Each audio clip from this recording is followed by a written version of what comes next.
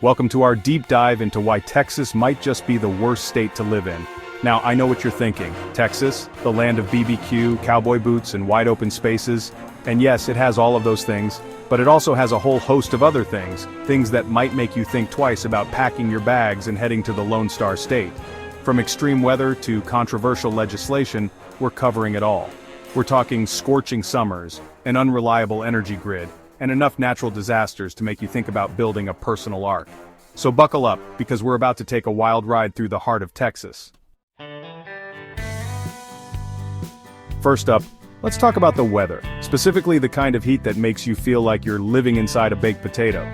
We're talking temperatures that regularly soar past 104 degrees Fahrenheit. That's hot enough to bake cookies on your dashboard, folks. And it's not just the heat, it's the humidity. It's like walking through a swamp, except the swamp is made of asphalt and desperation. And don't even get me started on the mosquitoes. But wait, there's more.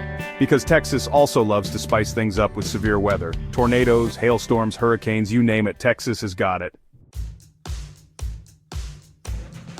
Now let's talk about something near and dear to all of our hearts: electricity.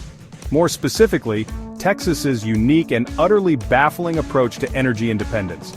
You see, Texas has its own power grid, ERCOT, which stands for Electric Reliability Council of Texas. Now you might think that an organization with reliability in its name would, be reliable, but you'd be wrong. Because in 2021, when a winter storm hit Texas, ERCOT went about as well as a screen door on a submarine. Millions of Texans were left without power, some for days on end. People were freezing in their own homes, forced to burn furniture just to stay warm. And the worst part? This wasn't some unforeseen once-in-a-century event. This was a failure of planning, a failure of infrastructure, a failure of leadership. So, you've braved the heat, survived the power grid, and you're ready to explore the vast expanse of Texas. There's just one small problem: public transportation. Or more accurately, the distinct lack of it. You see, Texas is a state that loves its cars. Major cities like Houston and Dallas, despite being sprawling metropolises, have public transportation systems that make a donkey look like a bullet train. Now I know what you're thinking. John, I'm a rugged individualist. I'll just drive everywhere. Well, good luck with that. Because traffic in Texas cities is the stuff of legends. We're talking about the kind of traffic jams that can turn a 20-minute commute into a 3-hour odyssey of road rage and despair.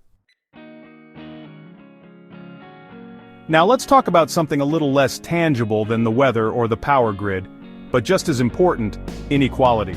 Because behind the facade of everything's bigger in Texas lies a stark reality of economic and social disparity.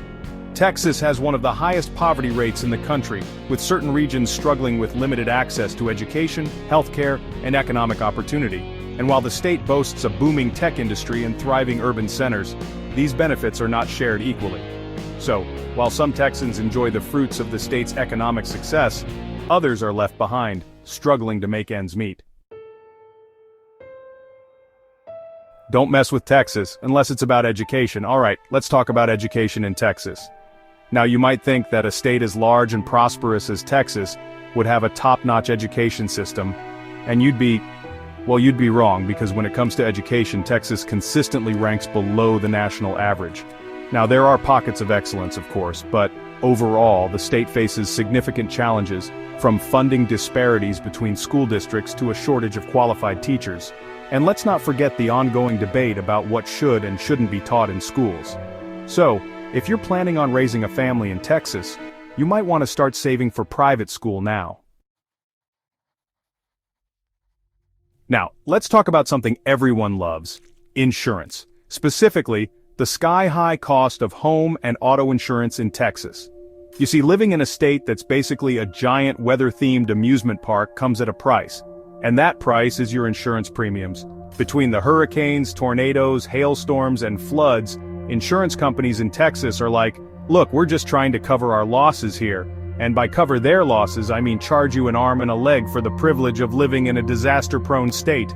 So, before you pack your bags and head to the Lone Star State, make sure you factor in the cost of insurance. Next up, let's talk about something that's often overlooked but incredibly important: the environment, specifically the air and water quality in Texas. Now, Texas is a big state with a diverse landscape, but some areas, particularly urban centers like Houston, face significant challenges when it comes to pollution. Houston, in particular, is a major industrial hub, and with that comes, well, a lot of pollution.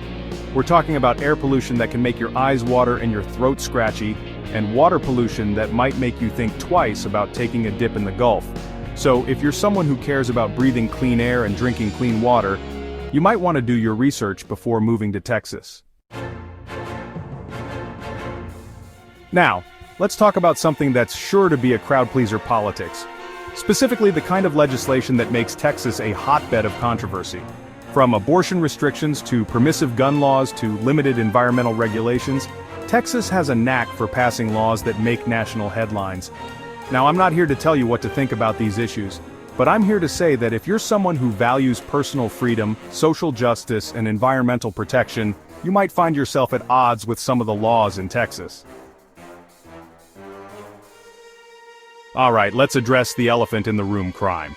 Now, Texas has a bit of a reputation when it comes to crime, thanks in no small part to Hollywood's obsession with cowboys and outlaws. But is that reputation deserved? Well, like most things, it's complicated. Yes, some cities in Texas, like Houston and Dallas, have higher crime rates than the national average, but it's important to remember that crime is often concentrated in specific neighborhoods and is influenced by a complex web of factors, including poverty, inequality, and lack of opportunity. Something that's near and dear to my heart: walking, or more accurately, the lack of it in Texas. You see, Texas is a state that loves its cars. Urban planning in many parts of Texas prioritizes cars over pedestrians and cyclists. We're talking about wide roads, sprawling suburbs, and a lack of sidewalks and bike lanes. So, unless you're a fan of risking your life every time you step out your front door, you're going to need a car in Texas. The state's car-dependent culture can make life difficult for people who prefer to walk, bike, or use public transportation. And yeah, there are natural disasters. Texas is a state that's no stranger to Mother Nature's fury. From hurricanes to tornadoes to floods to droughts, Texas has it all. Now, I'm not saying that you're going to experience a natural disaster every day you live in Texas, but I am saying that it's a very real possibility. Now, let's talk about something that's sure to make everyone's favorite topic: taxes.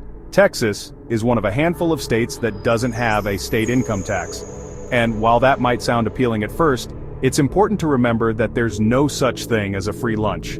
To make up for the lack of a state income tax, Texas relies heavily on property taxes and sales taxes. And guess what? These taxes tend to disproportionately impact low-income families. Another point that you will love: healthcare. Specifically, the lack of access to affordable healthcare in Texas. Texas has the highest rate of uninsured residents in the country, and while the Affordable Care Act has helped to expand coverage, there are still millions of Texans who lack access to affordable healthcare. Now, I'm not saying that you're going to get sick if you move to Texas, but I am saying that if you do get sick, you might find yourself facing a mountain of medical debt. Now let's talk about something that's both a blessing and a curse: growth.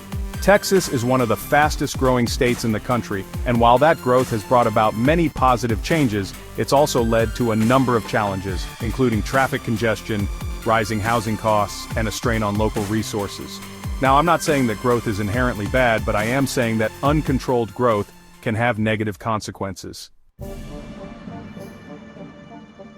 Finally, something a little less tangible than the weather or the economy: culture. Texas has a unique and often celebrated culture, but it's not for everyone. Texas is a deeply conservative state, and that conservatism is reflected in its culture. So, before you pack your bags and head to the Lone Star State, make sure you're comfortable with the cultural climate. So, there you have it. These are just some of the reasons why Texas might not be the best place to call home. Now, I'm not saying that Texas is a terrible place to live. It has its charms for sure, but it also has its fair share of problems. Ultimately, the decision of whether or not to move to Texas is a personal one. If you're considering a move to the Lone Star State, make sure you weigh the pros and cons carefully. If you found this video informative, don't forget to like, share, and subscribe for more content like this.